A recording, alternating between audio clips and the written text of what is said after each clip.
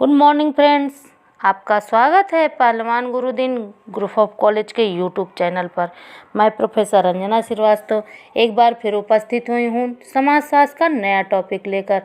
अगर आपने इस चैनल को अब तक सब्सक्राइब नहीं किया है तो प्लीज़ सब्सक्राइब करें और उसके बगल में दिए गए बेल आइकन को ज़रूर प्रेस करें ताकि हमारी सभी नई वीडियोज़ की नोटिफिकेशन आप तक पहुँच सके। आज हम लोग चर्चा करेंगे बीए प्रथम वर्ष का फर्स्ट पेपर समाजशास्त्र का परिचय का टॉपिक है नातेदारी। आज हम लोग नातेदारी के अर्थ, परिभाषा एवं विशेषताओं के विषय में चर्चा करेंगे। आज का टॉपिक है नातेदारी। आइए देखते हैं नातेदारी का अर्थ क्या होता है। नातेदारी शब्द के कई अर्थ हैं। वास्तव में इस शब्द की जटिलता इतनी अधिक है कि इसके किसी भी अध्ययन में हमें सर्वप्रथम इसका अर्थ स्पष्ट कर लेना चाहिए। नातेदारी का एक अर्थ जैविक है, दूसरा अर्थ व्यवहार संबंधी और तीसरा भाषा संबंधी। यह बहुत आवश्यक है कि हम नातेदारी के इन तीनों संदर्भों को एक दूसरे से पृथक रखें। संक्षेप में यह कह सकते हैं कि जो लोग आनुवंशिकता और जैविकता द्वारा बंधे हुए हैं, स्वजन या नातेदार हैं, इस तरह के से नातेदारी व्यवस्था जैविक जाल का एक स्वरूप है। इस जाल में व्यक्ति एक गांव की तरह है जो वह कारणों को दूसरों से ग्रहण करता है और इनको दूसरों को प्रदान करता है। जैविक संबंधों को लेकर मनुष्यों में दो प्रकार के संबंध हो सकते हैं।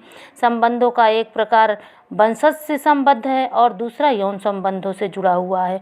इस भांति जैविक अर्थ में सभी नातेदार या जो वंशज हैं या यौन संबंधों से जुड़े हुए हैं। दत्तक व्यवस्था एक प्रकार से समाज द्वारा स्वीकृत विधि है जो जैविक संबंधों का स्थान ग्रहण करती है। सामान्य शब्दों में हमारे नातेदार दो तरह के हो सकते हैं। एक तो वे जो हमसे रक्त द्वारा जुड़े हुए होते हैं और इन्हें हम संबंधी नातेदार कहते हैं। दूसरे प्रकार के नातेदार विवाह से जुड़े हुए होते हैं, इन्हें हम विवाह संबंधी नातेदार कहते हैं। नातेदारी व्यवस्था पर मानव शास्त्रियों ने बहुत अधिक काम किया है। उनका क्षेत्रीय कार्य आदिवासियों में हुआ है। प्रमुख मानव शास्त्रियों में Murdock, Levi, Strauss, Radcliffe, Brown, Robin Fox, Evans, Pritchard आदि उल्लेखनीय हैं। मानव शास्त्रियों में हमारे देश में इरावती कर्वे के अध्ययनों का बहुत बड़ा योगदान है। यदि हम मानव शास्त्रियों की तुलना में समाजशास्त्रियों का नातेदारी क्षेत्र में योगदान की चर्चा करें तो कहना पड़ेगा कि इन्होंने इसमें बहुत कम काम किया है। इसका बहुत बड़ा कारण यह है कि समाजशास्त्रियों पर विशेष रूप से औद्योगिक, नगरीय और इससे संबंधित संस्थाओं के अध्ययन पर केंद्रित रहा है। औद्योगिक नगरीय संरचना में नातेदारी और इससे जुड़े हुए सामाजिक संबंधों का प्रभाव काफ़ी कमज़ोर होता गया है। इसी कारण समाजशास्त्रियों का ध्यान भी इसी तरह कम होता रहा है। इस प्रसंग में यह बात याद रखने की है, आज भी नातेदारी व्यवस्था का जनजातीय और ग्रामीण सामाजिक संरचना में विशेष महत्व है। नातेदारी के संरचनात्मक सिद्धांत।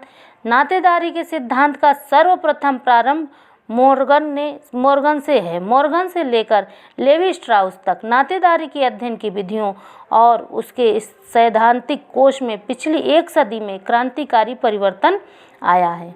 मोर्गन ने नातेदारों के वर्गीकरण के लिए सर्वप्रथम वर्गात्मक नातेदारी व्यवस्था को रखा। इस सिद्धांत पर टीका करते हुए लेजली व्हाइट ने लिखा है, रिश्तेदारों को मानने के रीति रिवाज इस बात को कहते हैं कि नातेदारी का वैज्ञानिक महत्व है। नातेदारी की अध्ययन की कई विधियां हैं। फ्रायड और उनके संप्रदाय के लेखकों ने इस विधि का अध्ययन मनोवैज्ञानिक विश्लेषण और उद्गम द्वारा किया है। इसके अतिरिक्त नातेदारी अध्ययन की जो संरचनात्मक विधियां हैं उन्हें दो भागों में रखा जा सकता है। पहली विधि में यह अध्ययन ऐतिहासिक विधि या विश्लेषणात्मक विधि द्वारा किया जाता है। दूसरी विधि प्रक्रियात्मक संरचनात्मक है। इन दोनों विधियों का प्रयोग मोर्गन से लेकर आज तक बराबर हुआ है। वंशानुक्रम और नातेदारी। समाज में कई संस्थाएं होती हैं। नातेदारी भी एक संस्था है। इस संस्था में व्यक्ति का स्थान, उसके अधिकार और कर्तव्य, संपत्ति पर उसका दावा, ये सब बातें इस तथ्य पर निर्भर है कि वह वंशावलिक संबंधों के जाल में व्यक्ति का क्या स्थान है। मनुष्य के प्राथमिक समूह उसके नातेदारी के संबंध ही और नातेदारी संबंधों का बहुत बड़ा आधार उसकी वंशानुक्रम समूह की सदस्यता है। नातेदारी और वंशानुक्रम एक ही नहीं है। एक अर्थ में वे लोग सगे संबंधी हैं जिनका समान रक्त है। अर्थ हुआ एक ही पूर्वज की संतान जिसकी नसों में एक ही पिता का रक्त बहता है। रक्त संबंधी नातेदार हैं। रक्त संबंधी नातेदार केवल जैविक आधार पर ही गिने जाते हैं। जैसा कि रिवर्स ने कहा है कि नातेदारी व्यवस्था जैविक बंधन की एक सामाजिक मान्यता है। बाद के लेखक नातेदारी के अर्थ को इतना खींच कर ले गए कि नातेदारी संबंध केवल सामाजिक मान्यता मात्र ही रह गया और इसका जैविक संबंधों से कोई वास्ता नहीं रहा। शायद नातेदार का ऐसा अर्थ अनुचित है। रिवर्स की परिभाषा को थोड़ा अभिव्यक्ति जैविक मुहावरे में होती है। यह अवश्य देखा जाता है कि कभी कभी जैविक संबंधों के नहीं होने पर भी कुछ व्यक्तियों को नातेदार गिना जाता है। इसका उदाहरण दत्तक पुत्र है, लेकिन इस तरह के नातेदारों की संख्या बहुत सीमित होती है। नातेदारी के बंधन एक व्यक्ति को भूमि में हिस्सेदारी, परिवार की संपत्ति में साझेदारी और पारस्परिक सहयोग का अधिकार देते हैं। साधारणतया नातेदारी में दो तरह के नातेदार होते हैं। एक नातेदार वे हैं जिनका रक्त संबंध है, जिनका पूर्वज एक ही है, और दूसरे नातेदार वे हैं जो विवाह द्वारा नातेदारी संबंध से जुड़े हैं। वंशानुक्रम शब्द का अर्थ उन मान्यता प्राप्त सामाजिक संबंधों से है जिन्हें एक व्यक्ति अपने पूर्वजों के साथ जोड़ता है, और पूर्वज वह हैं जिनकी वह संतान है। किसी भी व्यक्ति के वंशानुक्रम को या तो उसके पिता के परिवार से या माता के परिवार से या दोनों से गिना जाता है। जब एक व्यक्ति का वंश उसके पिता के नाम से गिना जाता है तो इसे पितृवंशीय वंशानुक्रम कहते हैं। जब वंश को व्यक्ति की माता की ओर से गिना जाता है तो इसे मातृवंशीय वंशानुक्रम कहते हैं। वंशानुक्रम की इस व्यवस्था को एक पक्षीय वंशानुक्रम कहते हैं। कुछ लेखक पितृवंशीय के स्थान पर पैतृक बंध का प्रयोग करते हैं। इसी प्रकार मातृवंशीय के स्थान पर मात्रक वंशानुक्रम काम में लेते हैं। अपवाद रूप में कुछ ऐसी जनजातियां भी हैं जिन्हें उभयवंशीय भी कहते हैं। यहाँ यह बात स्पष्ट हो जाती है कि इस समूह में वे लोग नहीं हैं जो विवाह संबंधी नातेदार हैं। कभी कभी काल्पनिक जैविक संबंधों को भी स्वीकार किया जाता है। धर्म के आधार पर जैविक संबंध स्थापित हो जाते हैं। हम बोलचाल की भाषा में प्रायः धर्म का भाई, धर्म की बहन की चर्चा करते हैं। वंशानुक्रम बंधुत्व की ओर और भी अधिक स्पष्ट किया जा सकता है। इसका विश्लेषण हम सुविधा के लिए विवाह से प्रारंभ करेंगे। प्रत्येक समाज पुरुष और स्त्री में शारीरिक बनावट को लेकर अंतर करता है। यह इस बनावट के कारण ही है कि स्त्री बच्चों का प्रजनन करती है। पुरुष और स्त्री में विवाह द्वारा यौन संबंध होते हैं। इस तरह पहला रिश्तेदार तो पुरुष का उस स्त्री से है जिससे वह विवाह करता है। इस प्रकार के संबंध को विवाह रिश्तेदार कहते हैं।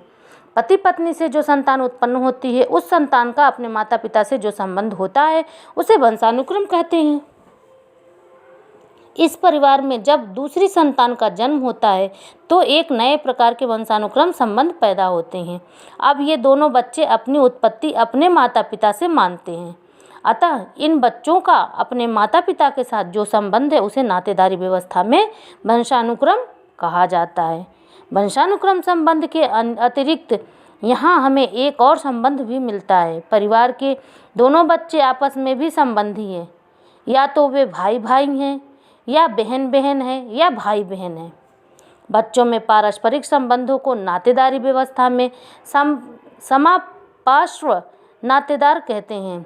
इस विवेचन का अर्थ यह हुआ कि एक ही माता पिता के बच्चे एक ही वंशानुक्रम के हिस्सेदार या साझेदार होते हैं, लेकिन वे परस्पर एक दूसरे के लिए वंशानुक्रम स्वजन नहीं हैं।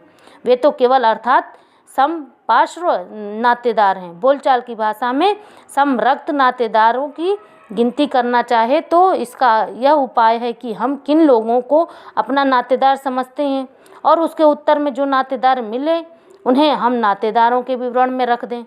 इस प्रकार का कार्य सबसे पहले मॉर्गन ने किया था। उन्होंने नातेदारों का विवरण देकर उनका वर्गीकरण किया था। मॉर्गन ने बताया कि वे व्यक्ति जिन्हें हम माता पिता भाई बहन आदि नाम से पुकारते हैं, उन्हें दूसरे व्यक्ति भी इसी नाम से पुकार सकते हैं। इस प्रकार से सभी व्यक्ति जो रक्त से संबंधित हैं उन्हें मात्र नातेदार कहा जाता है। पितृ नातेदार और मातृ नातेदार कहते हैं, और वे लोग जो विवाह से संबंधी है विवाह नातेदार कहलाते हैं। वंशानुक्रम नातेदारी का विश्लेषण में एक और पद का प्रयोग भी होता है जिसे सम्मिलित समूह कहते हैं। इस समूह में भी वे लोग आते हैं जिनका एक ही वंशानुक्रम होता है, जो वंश की संपत्ति को एक पीढ़ी से दूसरी पीढ़ी तक धारण करते रहते हैं, पितृवंशीय या पैतृक नातेदार कहलाते हैं। ऐसे समूह जिनमें एक बच्चे के साथ वंशानुक्रम की कड़ी स्त्री से जुड़ जाती है, मातृवंशीय या मृतक नातेदार कहते हैं। अंग्रेजी शब्द का यूटेराइन लैटिन भाषा का है, जिसका अर्थ स्त्री वंशानुक्रम होता है। वंशानुक्रम के आधार पर बना हुआ सम्मिलित समूह तकनीकी भाषा में वंश कहलाता है। यदि कोई व्यक्ति पितृवंशीय है तो इससे उत्पन्न हुई संतान पिता के वंश से जोड़ी जाती है।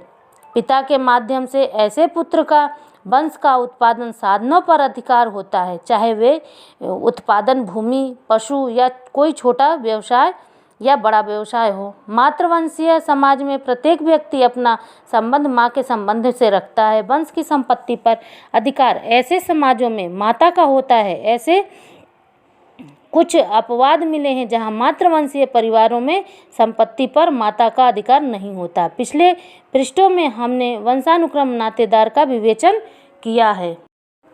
संक्षेप में हम यह कहेंगे कि वंशानुक्रम नातेदार वे हैं जिनकी इस समूह में सदस्यता स्वतः से जन्म होती है, जिसमें वंश का नाम एक पक्षीय मातृ या पितृ होता है और जो अपनी इस परंपरा को सतत बनाए रखते हैं।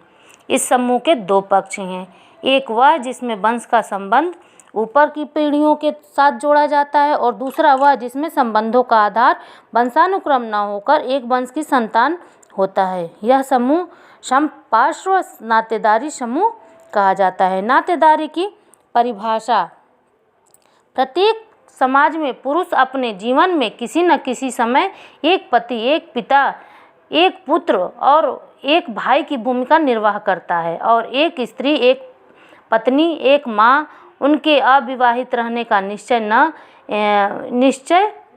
न किया हो, एक पुत्री तथा एक बहन की भूमिका का निर्वाह करती है। लेकिन कुछ निकट विघ्नम निषेधों के कारण एक व्यक्ति ही एकाकी परिवार में, जिसमें वह पुत्र और भाई है, पिता और पति की भूमिका का निर्वाह नहीं कर सकता। इसी प्रकार एक महिला जिस एकाकी परिवार में पुत्री व बहन है, उसमें माँ और पत्नी की भूमिका नहीं कर सकती। इसलिए प्रत्येक वयस्क व्यक्ति दो एकाकी परिवारों से संबद्ध होते हैं। वह परिवार जो जनक परिवार है, जिसमें वह जन्मा व उसका पालन हुआ, तथा वह परिवार जो उसे जनन परिवार है, जिसकी स्थापना वह विवाह द्वारा स्वयं करता है। इन दो एकाकी परिवारों की व्यक्तिगत सदस्यता ही नातेदारी व्यवस्था का उदय करती है।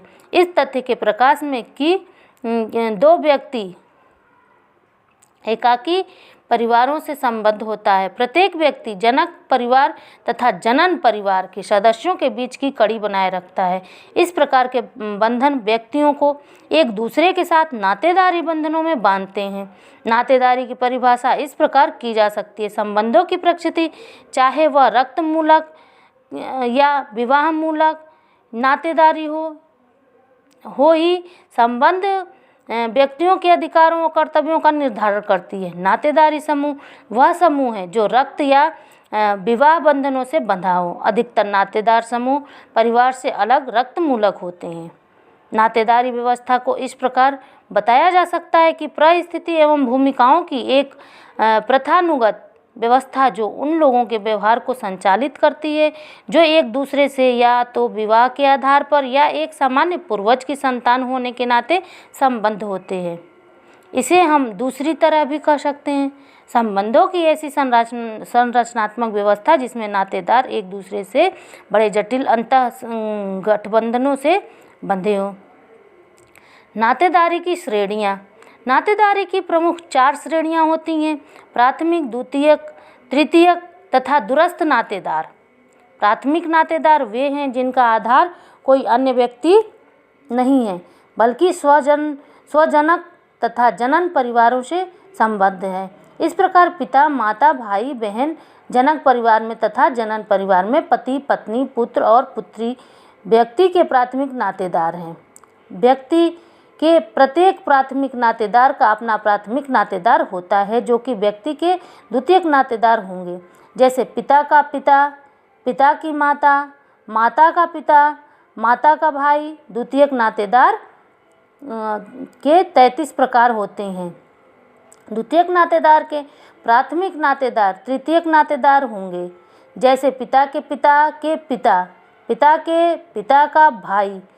तृतीयक नातेदार 151 प्रकार के होते हैं। अंत में तृतीयक नातेदार के प्राथमिक नातेदार के दूरस्थ नातेदार होंगे। जैसे पिता के पिता के पिता का पिता, पिता की माता के पिता आदि। इनकी जनसंख्या बहुत बड़ी होती है। नातेदार संबंध 2 प्रकार के होते हैं। प्रक्रियात्मक होता है, यह नातेदार के बीच सभी संबंधों का लक्षण वर्णन करता है।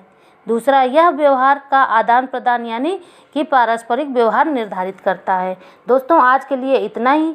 आज हम लोग नातेदारी का अर्थ, परिभाषा एवं श्रेणियों के बारे में चर्चा किए हैं। धन्यवाद दोस्तों।